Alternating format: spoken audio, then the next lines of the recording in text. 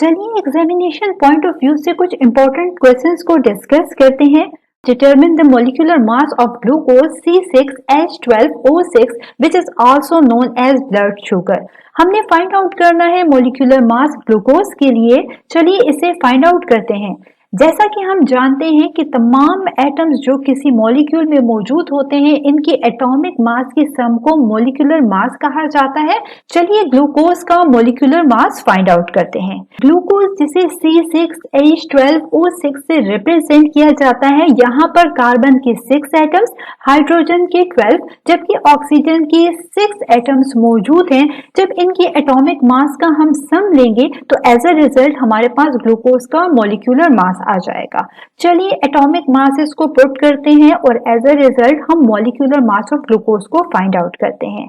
Carbon जिसके हमारे पास 6 atoms मौजूद हैं, यही वजह है कि हमने इसके एटॉमिक मास ऑफ कार्बन के साथ 6 को मल्टीप्लाई किया है।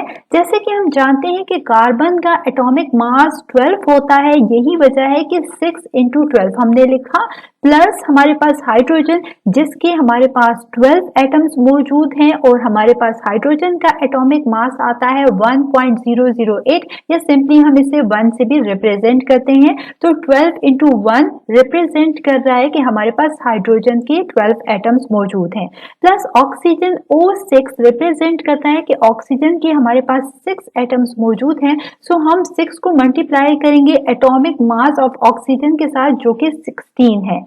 जब हम इनको सम अप करेंगे तो एज अ रिजल्ट हमारे पास आंसर आ जाएगा 180.096 AMU, जो कि मॉलिक्यूलर मास है ग्लूकोज।